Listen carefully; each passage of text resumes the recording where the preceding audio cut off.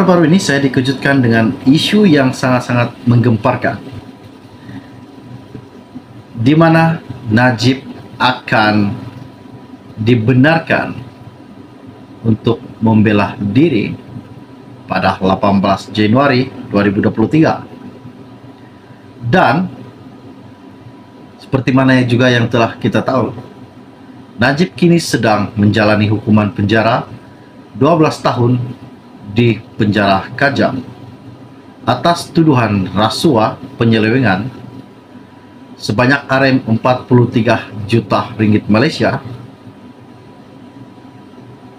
Syarikat SRC Internasional Sendirian Berhad.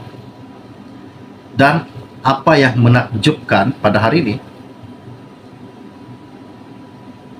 sekiranya peguam Najib sekali lagi berjaya meyakinkan panel baharu bahawa keseluruhan sabitan oleh Mahkamah Tinggi dan keputusan mengekalkan sabitan oleh Mahkamah Rayuan juga cacat dari segi undang-undang, maka mereka boleh mengetepikan sabitan berkenaan.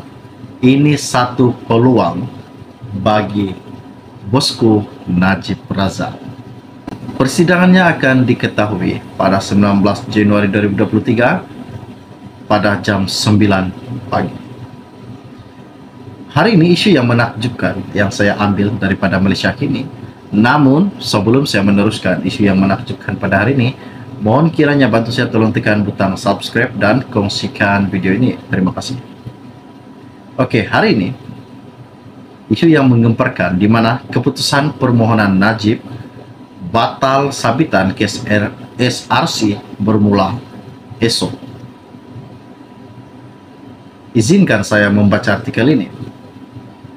Mahkamah Persekutuan dijadwalkan mendengar permohonan Datuk Seri Najib Razak esok untuk menyimak semula keputusan Mahkamah Persekutuan terdahulu yang mengekalkan sabitan serta hukuman penjara 12 tahun dan denda kerana menyeleweng Rm42 juta dana SRC Internasional Sendirian Berhad. Bekas Perdana Menteri itu memohon untuk membatalkan keputusan yang dibuat oleh panel 5 Hakim Mahkamah Persekutuan diketuai Ketua Hakim Negara Tengku Maimun Tuan Mat pada 23 Ogos tahun lepas, atau agar rayuannya didengar semula.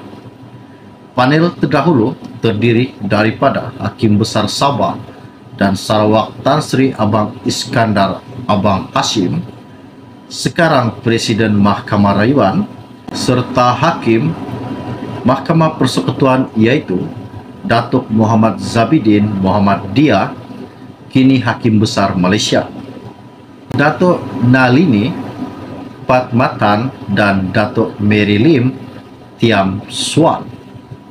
Panel baru akan mendengar percubaan terakhir Najib melalui prosiding mahkamah untuk mengetepikan keputusan itu. Perbincangan dijadwalkan bermula pada jam 9 pagi. Najib kini sedang menjalani hukuman penjara 12 tahun di penjara Kajang. Pada 9 Januari, Hakim Tengku Maimun dalam sidang media berkata, Mahkamah Persekutuan mempunyai hakim yang mencukupi untuk membentuk panel bagi mendengar permohonan semakan Najib Razak. Sementara itu, ketika diminta mengulas mengenai permohonan semakan Najib, Peguam Muhammad Hanif Khatri Abdullah berkata pasukan peguam Najib perlu meyakinkan panel baru yang mendengar semakan itu bahawa panel lama yang mendengar rayuan itu pada 23 Ogos tahun lepas tidak memberikan pendengaran yang adil dalam kes tersebut. Jika mereka dapat meyakinkan mahkamah mengenai apa-apa isu yang menunjukkan Najib langsung tidak mendapatkan pendengaran yang adil, mahkamah boleh membatalkan perintah Mahkamah Persekutuan sebelum ini untuk mengetepikan perintah berkenaan. Rayuan itu harus didengar semula kerana ia belum didengar lagi. Rayuan tersebut akan ditetapkan untuk pendengaran semula di hadapan panel lain. Apabila panel baru mendengar rayuan baru di Mahkamah Persekutuan, maka mereka boleh memutuskan perkara itu. Sekiranya Peguam Najib sekali lagi berjaya meyakinkan panel baharu bahawa keseluruhan sabitan oleh Mahkamah Tinggi dan keputusan mengekalkan sabitan oleh Mahkamah Rayuan juga cacat dari segi undang-undang, maka mereka boleh mengetepikan sabitan tersebut, kata peguam itu. Bagaimanapun, Muhammad Hanif berkata, jika permohonan semakan Najib ditolak, maka perkara itu akan berakhir kerana tiada lagi rayuan daripada semakan itu. Itulah pengakhiran keseluruhan prosiding kehakiman Najib dalam isu SRC. Pada 23 Ogos, Hakim Tengku Maimun ketika menolak rayuan akhir Najib berkata, peguam walaupun hadir dan ada dalam rekod mahkamah secara fizikal, tapi enggan berhujah walaupun selepas diminta mahkamah berulang kali.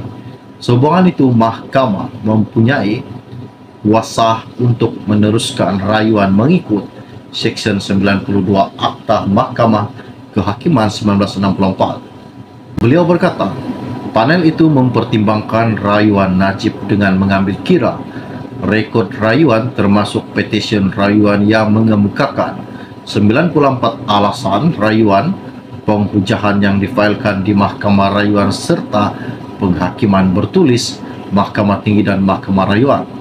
Sementara itu, Peguam Nizam Bashir berkata, Mahkamah Persekutuan mempunyai kuasa untuk mendengar permohonan semakan di bawah Peraturan 137 Kaedah-Kaedah Mahkamah Persekutuan 1995. Untuk berjaya, perlu diingat bahawa apa-apa pelaksanaan bidang kuasa Peraturan 137 ini hanya akan dijalankan dengan teliti dalam keadaan yang jarang berlaku dan luar biasa untuk mengelak ketidakadilan. Permohonan mesti menunjukkan terdapat ketidakadilan atau penyalahgunaan proses mahkamah, katanya.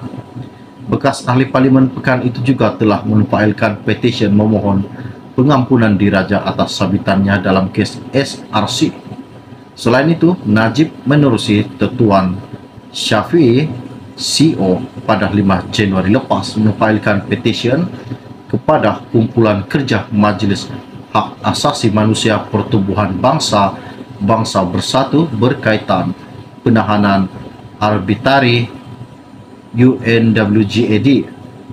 Petisyen itu difailkan di Pejabat Suruhanjaya Tinggi Geneva melalui penghujahan digital dan beliau memohon pembebasan atau perbicaraan semula berikutan pendengaran rayuan di Mahkamah Persekutuan yang didakwanya mempunyai kecacatan serius dan bertentangan dengan peraturan keadilan antarabangsa.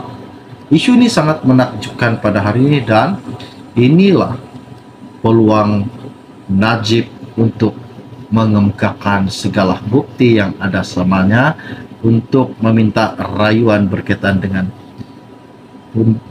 hukuman penjara yang dialaminya sekarang selama 12 tahun berkaitan dengan penyelewengan dana SRC sebanyak Rm42 juta ringgit Malaysia. Oke, baiklah. Bagi yang baru saja melihat channel ini, jangan lupa bantu saya tolong tekan butang subscribe dan kongsikan channel ini. Setakat ini saya info-info ringkas dari saya pada hari ini. Salam jumpa dan salam kenal. Bye.